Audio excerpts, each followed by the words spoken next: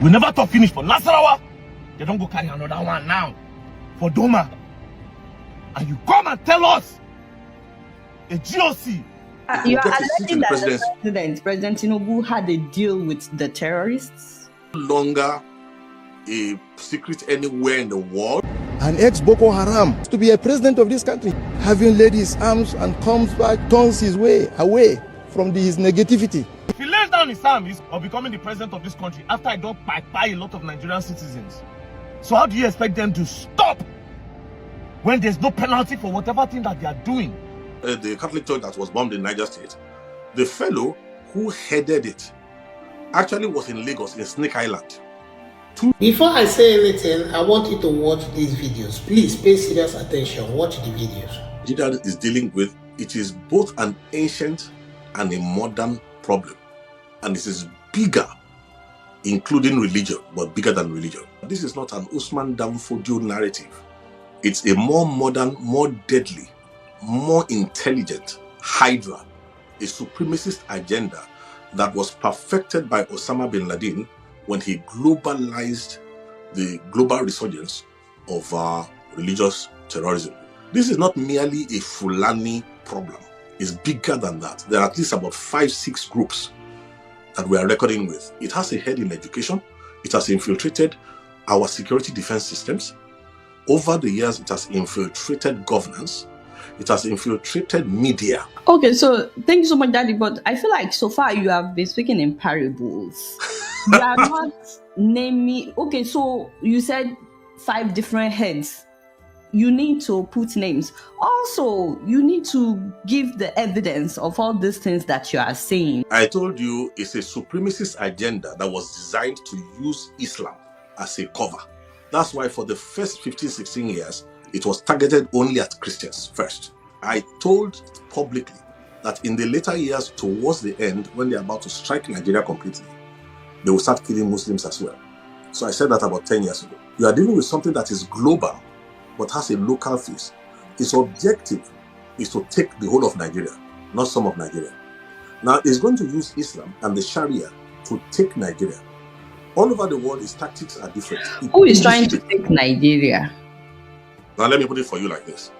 The architecture for the intelligence behind this thing is more than the local intelligence.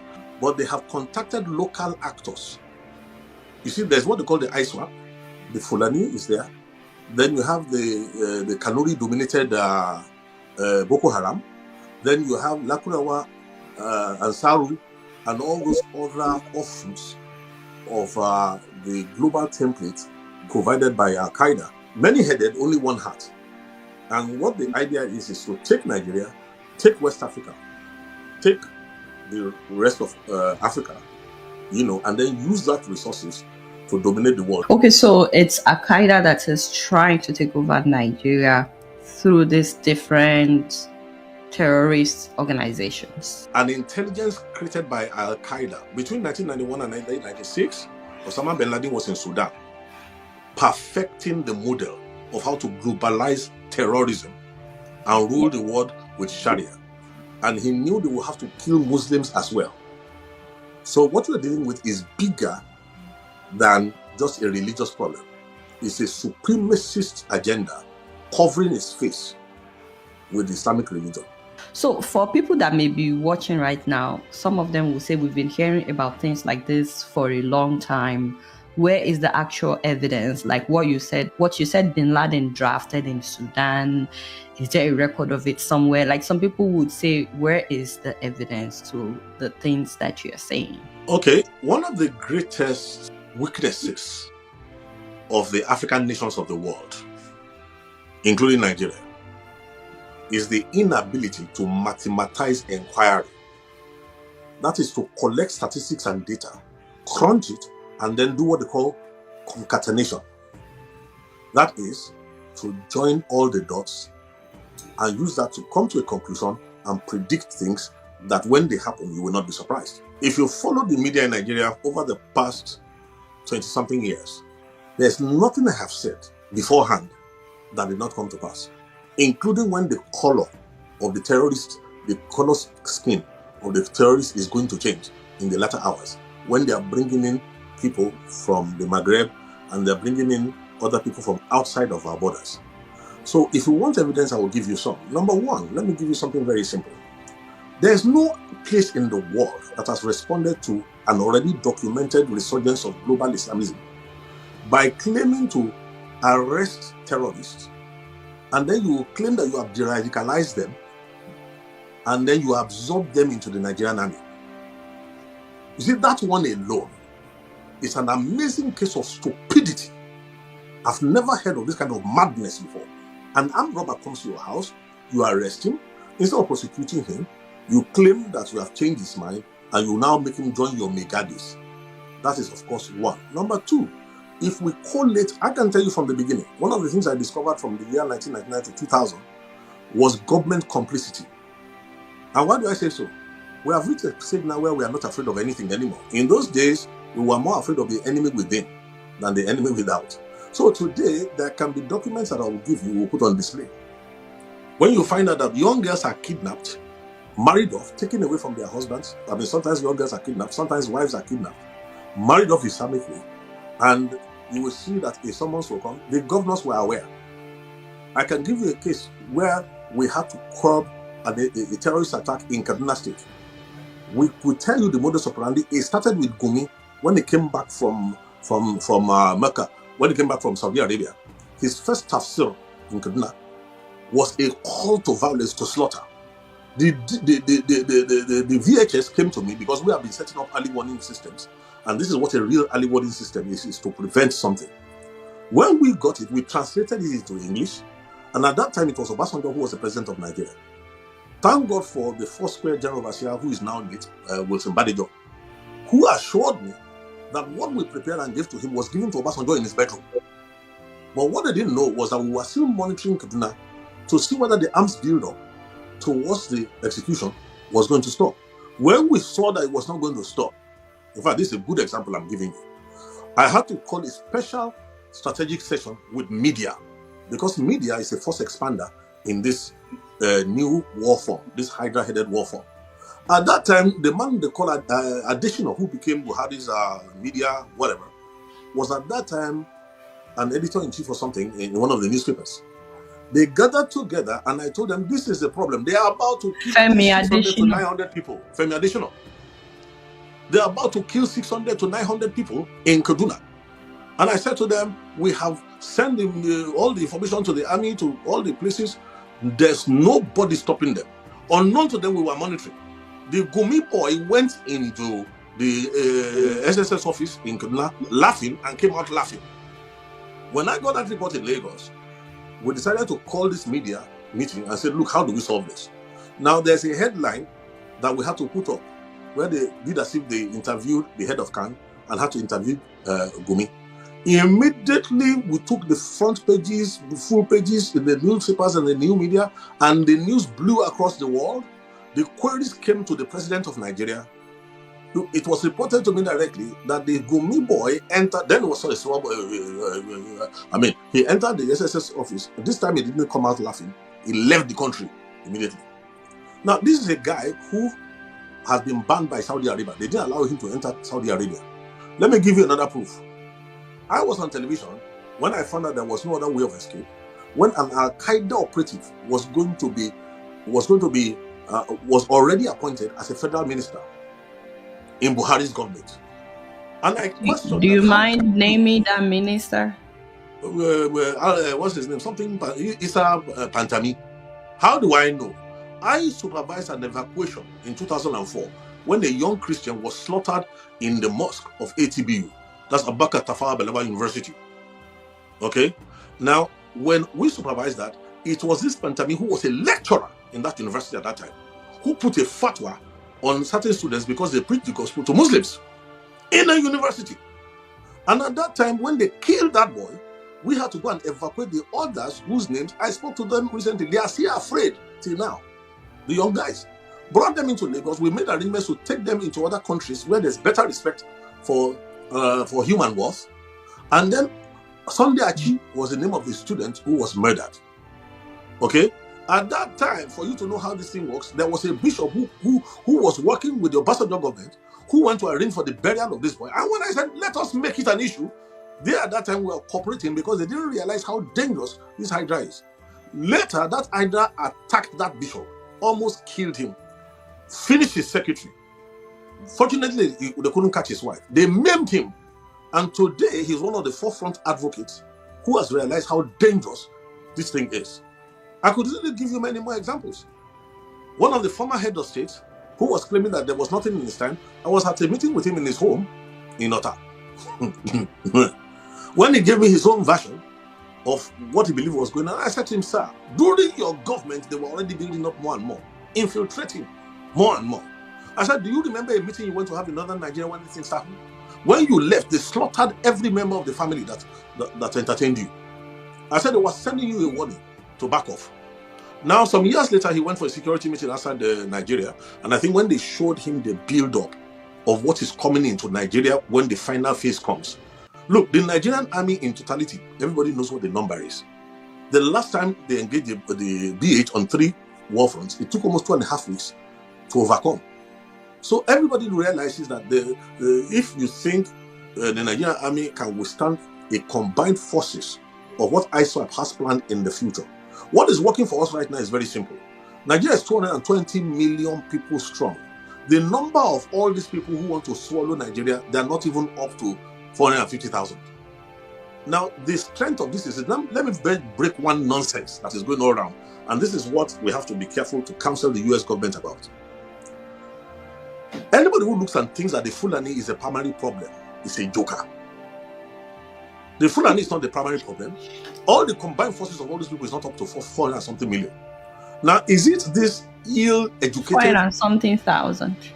Yes. All these ill-educated, all these, what can I say, anachronistic human beings who are wearing loincloths all over the whole place, do you think that they are the real problem?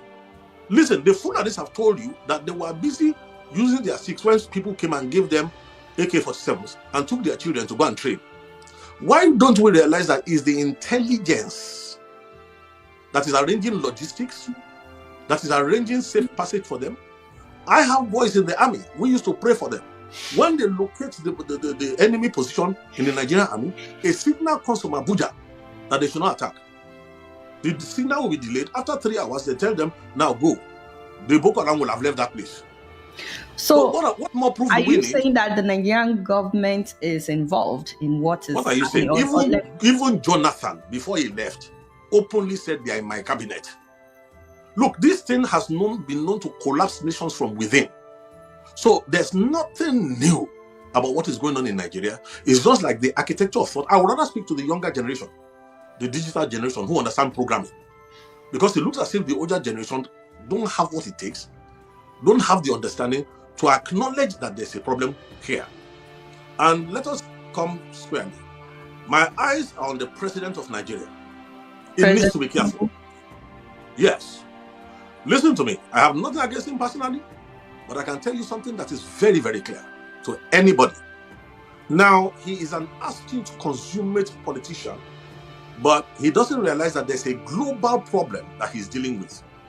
In order to become the president of Nigeria, nobody can argue there were deals that went on. And in an essence, what he did was that he, more than anybody else, realized that there are many factors to the Hydra. In terms of the kinetics, apart from the Fulani, the Boko Haram, the ISWAP controlled, Ansar, Lakurawa and Co. And what he did was to play them against each other. So that you are alleging that President Tinubu had a deal with the terrorists? Excuse me, whether we like it or not, it is no longer a secret anywhere in the world that... So, but what's the evidence? Some people will say that... Okay, let me give you talk. Let me just give you let me throw you one quickly. People don't realize that the Mandela bombing in Niger State, the Catholic church that was bombed in Niger State, the fellow who headed it actually was in Lagos, in Snake Island, 2 days, 3 days, and then traveled to northern Nigeria to take his team to execute. What does that tell you? Now, when he got into police custody, he was arrested and he miraculously escaped. When he escaped miraculously, where was he rearrested? Where did he take up refuge? He took up refuge in the lodge of a serving high-placed government official from Borno State. who happens to now be who? The vice president of Nigeria. So what am I talking about here? Tinubu is one heartbeat away. You see, I feel sorry for him. In a way, we need to protect President Tinubu's life. He may think he has the guts to face these people, but I can tell you something, he has totally misread the size of the problem in which he has gone to double his hands. Okay, These so people, you said a lot of things. These are serious allegations. please, don't even bother. I'm the one talking. We are, listen, Yes. we are the circumcision. We worship God in the spirit. We rejoice in Christ Jesus and we have no confidence in the flesh. I'm a statesman. We worry about the generations to come. I'm not worried about the next election.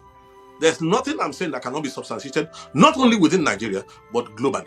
So let nobody deceive themselves. His so-called, look, why do you think the federal government is trying to deny an evident truth? And all these people who have collected 30 pieces of silver, all these people speaking from two sides of the mouth, who are just shifting positions like the mendacious president that we have, why do you think they are going on like that? Because there's a plan. If this intervention had not come, and the president was allowed to go through his 8 years, who would he hand over the country to? And does he think they are not wise enough to know that if they are able to eliminate him, into whose hand does the country go? Now, this is where the problem is. If the country goes into the hand of the Boko Haram, the Fulani will not be happy. Those who are, look, let me give you a good example. An open secret. When Shekau became Are you saying that the country will go into the hand of Boko Haram after Tinubu? Please. If you remember very well, just after he came in, there was some kidnappings, some bombings, and then there was an outrageous demand for one impossible, I can't remember, was it 20 billion or something, impossible amount of money. When that demand was made, it was not really because they felt that kind of money will be paid. It was a direct message, a coded message to the presidency. Everybody is aware now that there was complicity in the times of in terms of the former president Muhammad Buhari. Like I mentioned Issa Pantami. Also, don't forget about that his interesting governor who turned against Buhari in the last minute, who was persuaded to turn against Buhari, the worst governor Kaduna State has ever had. And I said something when Kaduna State was Governor El Rufai. Yes. Look, let's not even go there. Go and look at his tweets in the earlier years. Go and look at his own open admission on television that he left Nigeria to neighboring countries with money to go and sponsor the terrorists who had come to kill in Nigerian territory. Why did they have that kind of confidence then? Was because they knew they had entered governance. Now, as I'm speaking right now, listen, we need to reformat this country. And there's an opportunity that has come right now that if we mismanage this opportunity, let me tell you something, even God in heaven will look away when in the south part of Nigeria, in the eastern part of Nigeria, 13-year-old girls end up being raped. Look, there was a blogger recently who was being political, and I want to tell everybody prophetically right now what is coming up for those who refuse to face truth, those who refuse to give value to the lives of others. A young blogger recently said that there's no genocide, I'm a Christian, I don't feel threatened, long live P-Bat. She was one of those who was killed, if the account that is coming is right, in Kwara State in a church attack. Oh, she thought it was far away. Now, this is the fate, sadly, of those who live in by opportunity, you are talking about Trump saying that he would interfere with what is happening in Nigeria. Well, I prefer the word intervention, and let me put it for you like this. For any godly-minded person, the declaration of Nigeria as a country, a CPC, that designation, yes, that designation is a human designation. What we should worry about is that God in heaven himself had already declared Nigeria as a country of particular concern. Listen, according to prophecy, Nigeria is supposed to be the trigger of a global move of revival. Then the other side too decided that Nigeria must become the epicenter of the next greatest satanic attack against the entire world. So the destiny of Nigeria is what we're fighting for. Look, the corruption in Nigeria, I gave an interview when President Tinubu entered, and I did remember saying that it would not be an honor for anybody to serve in this dispensation. After the negotiation, he bought. Look, the mantra of this government is this: whatever problem money cannot solve will be solved by more money. Not realizing that there's a hyper-dimensional problem, a problem bigger than money. Look, let me tell you something, the mistake that he's making.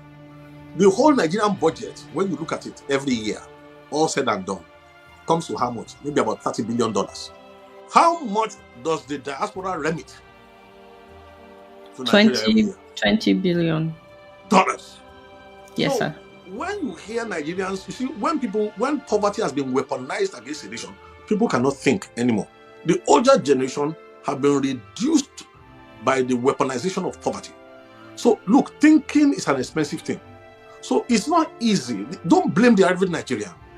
Okay. People are susceptible to money. So, Daddy, before we round up, you've said a lot of things. Are these things that you can defend, like the allegations of the president, in my sleep, the vice president being part of, the Boko Haram? In whose house was Kabiru Sokoto? In whose home was Kabiru Sokoto hiding before it was picked up? Please, if not for global interference in Nigerian affairs, we are ready 90-something% to the day of doom. So if we like, let us miss this opportunity. All those talking from the same different sides of the mouth, they will soon know what it is that we are dealing with. Exactly what do you want the US to do? Very simple. There are 4 sets of people who are talking to us in the US. Number 1, those who are genuinely concerned. All right. Number 2, we have those who are looking for government appointments. Number 3, in the US, looking for government appointments in Nigeria. Looking for government appointments in the US. They are careerists. Trump's administration. Then there are those who know that money, US dollars, follows policy. So if not for Trump, they will not be speaking up. They are there. And then there's a last set of zealots who are so zealous that they reject God's wisdom. Those ones are what we call sincere ignorance and conscientious stupidity. They are equally as dangerous. So this is what I want us to do.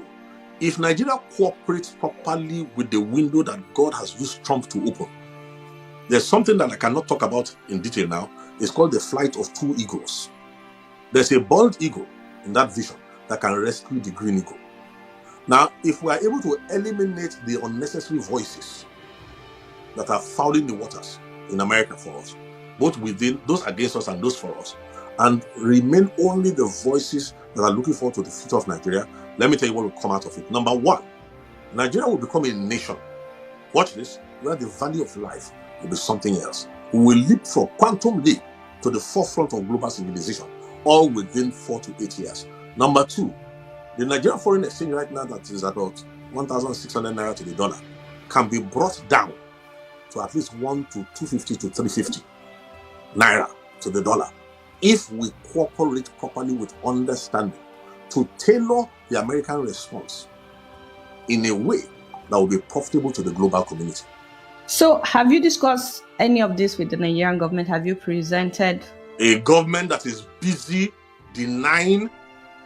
Listen, the moment the Nigerian government is ready, even for President Tinubu, there's a way of escape for him. I fear for his life. If you do a proper concatenation and look at the analysis of what's on the table, and the way these things are going, he can't trust anybody around him. Because there's an option open to them, which he's aware of. Okay? But Nigeria cannot afford that option. What's the option? Well, the point is this. If he cooperates with us, we have been studying this thing, we have been watching over this, we will create a Nigeria where no Muslim, no Christian is oppressed. Now, let me tell you this. When the generation of Awolowo and Zik and Co., when they got independence from Nigeria, Pax Britannica did not allow us to lay a firm foundation for a prosperous country. The divide and rule included religion. Now, this opportunistic hydra created by Osama bin Laden is using that opportunity. Now, if only Tinubu will cooperate, I will tell him that the first friend of Nigeria in America, first of all, in the olden days, was a man called Frank Wolf. Next is Chris Smith, Congressman Chris Smith. After him, we want to thank people like Louis Gohmert, we want to thank people like Ted Budd, Peter Ricketts, we want to thank people like Josh Hawley, we want to thank people like James Langford, then Ted Cruz. But most of all, this is better than any Nobel Peace Prize. We need to thank God for the two tweets that Donald Trump They are So, prophetic. but They are powerful. since Trump said that he was going to get involved, the killing has actually gotten worse, and the government is not doing anything really. The young Well, government is not doing that anything. needed to happen to prove to the Nigerian that the government is so compromised, it does not care about your life. All it cares about is to win the next election, which will be very big, the last election that is really democratic in Nigeria. This is a lot for people to digest. In the course of this half hour, you have implicated the president, the vice president, the entire cabinet, the military is compromised. A lot of these things, like the military being compromised and so on, people know. You've talked about El Rufai, you've talked about Sheikh Gumi, the minister that you mentioned, Issa Pantami. Issa Pantami, what does he want to respond? His articles were on the Al-Qaeda website, globally exposed in France, everywhere. All the intel that has been given to Nigeria from foreign nations has been neutralized by the Nigerian government all these years. Who can deny that? I'm really hoping that the Nigerian government will respond. I'm really hoping that they would respond to this. Please, we have gone past that level. Where we are now is how do we save Nigeria? How do we salvage the nation? How do we create a future for all our children across the entire nation? Don't let the blood of the people who have been slaughtered through the years, past more than 20-something years, we should not let their bloodshed be in vain. Unmerited suffering is often redemptive, and that's the way we should go now. Thank you so much, Reverend Ladi Peter Thompson, for your time. I truly appreciate you coming on the show. Thank you so much. Pleasure is mine. For everyone, you need to come on board. Boko Haram should lay their arms unconditionally and be accepted in the community. Opportunities are out there for them. They can be rehabilitated. An ex-Boko Haram stands having laid his arms and comes back, turns his way away from his negativity. He stands to be a president of this country. He stands to aspire to any position in this country. Why is he wasting his time when he cannot even deliver? We will do that.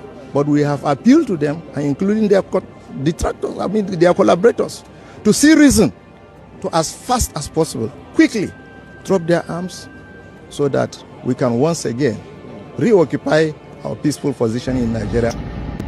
With all due respect, sir, General Abdulmalik Bulama Biu, with all due respect, sir, with all due respect, sir, you are a general in the army, GOC for that matter. GOC for that matter. You are not a pastor. He's preaching where you did hear the preach. Look at you sounding tough. You are sounding tough. If the Boko Haram can just lay down their hands unconditionally, then you went on to say we are appealing to them. You are sounding tough, but it just showed weakness. You are sounding so tough. GOC, now they talk like this. GOC. So if he lays down his arms unconditionally, as you are feeling pompous, say Ghana, where you talk, I say maybe they fear you. Unconditionally, if he lays down his arm, he's forgiven, and he stands a chance of becoming the president of this country after I don't buy a lot of Nigerian citizens.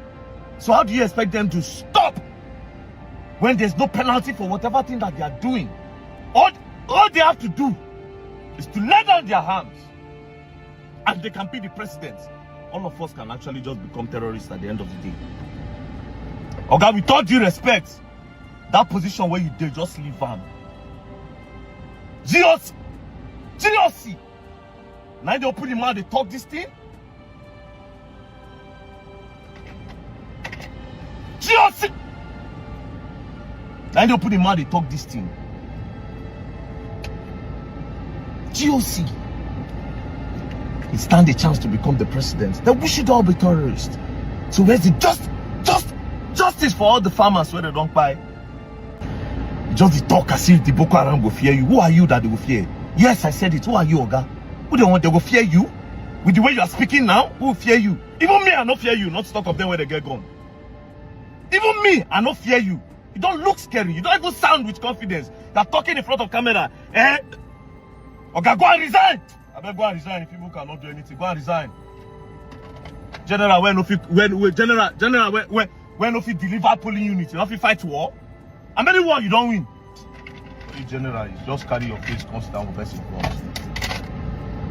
With the country, they go carry children, they enter church, spray people gone. They enter church, spray people gone.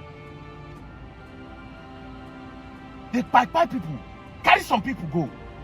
And you come and tell me if they drop their arms, they can be the president. Okay, you are mad. God will punish you. God will punish you. Let the worst happen. God will punish you. We are in a country. They went to a school. They picked girls, KB State. And you open your mouth to tell us that if they drop their arms, they can be the president? What about the trauma that those people go through? Those girls will be slept with. They go give them belly without consent. And you tell me if they drop their arm, they can be the president. They can come back to the society. God will punish you, General. I beg. God will punish you. God will punish you. One of your generals was spied which day here. They carry an entire bush, they finish him. So where's the justice for him? You come out and tell me that these same people, you come back and be president of the country? Just dead. Naija State, they go carry small children, 52. We never thought finish for Nasarawa. They don't go carry another one now for Doma. And you come and tell us a GOC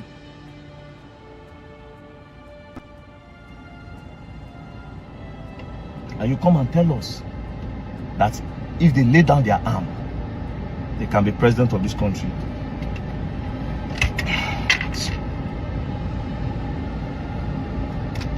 You should resign because you don't know what you're doing, sir.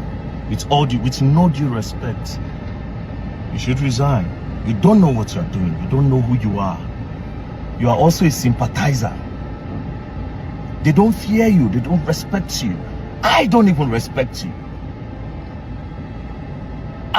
You don't feel talk that even. I don't respect you. Then you expect people when they get gone, when they get launchers, when they carry assault rifles, when they get cars, when they hold money, when they respect you. If they lay down their arm, they'll go and quit. Just resign, let somebody else take over. Begging terrorists instead of sending them to God. Preaching like a pastor. I'm sure you have watched the video. Please, I want to encourage you to share your thought and your opinion about the video in the comment section. Please do that respectfully. I'm not going to be analyzing or talking about the things we have heard from this video, but I want to say something important to us. It is important for us to remember to be praying for our country, Nigeria. I know that a lot of us don't like this. A lot of us don't like it when we say pray for our country, Nigeria, but believe me, that is the best thing we can do for our country, Nigeria, right now. Because with the way the country is going, if God don't step in to save this country, Nigeria, we will one day not have a country called Nigeria again. This is not a prophecy. It is what I just feel based on the things happening in the country. But let me leave us with this scripture. The Bible said that cast all your burden upon the Lord because He cares for you. I want you to know something. If Nigeria don't care for you, if Nigeria don't care about you, God in heaven cares about you. So I want you to cast all your burdens, including the burden that Nigeria has placed on you, upon the Lord. He cares for you. Because if you start talking about all these things, look at the things happening on the internet, the things the men of God are saying, the prophecies that are coming up, most of them, they are scary. And you look at them, you ask yourself, which way Nigeria? Which way Nigeria? So this video we have just watched, I'm not going to be analyzing it or talking about it. What I want to say is what I've said to you right now. Let's do well to pray for our country, Nigeria, because breaking down all this political stuff, all these prophecies, all these things that we have been hearing about our country, Nigeria, for me, is not really the best. It's not really the best because I don't see how it is going to help us make progress. That is why I don't really waste my time or I don't just want to be breaking it down to be happy, because I see some people doing that. They want to analyze, pick out everything, find out who is at fault or who is not at fault, or if the prophet said the right thing or did not say the right thing, if this person made a mistake or this person did not make a mistake. I am not going to be doing all those things because it is not in any way going to help us move forward or going to help us make progress. That is my opinion. That is my opinion. Like I said, share your thoughts and your opinion in the comment section. And don't forget also to use the link in the description of this video to visit our website, dailynigerupdates.com. God bless us to do so. I'll see you in the next one. You are blessed.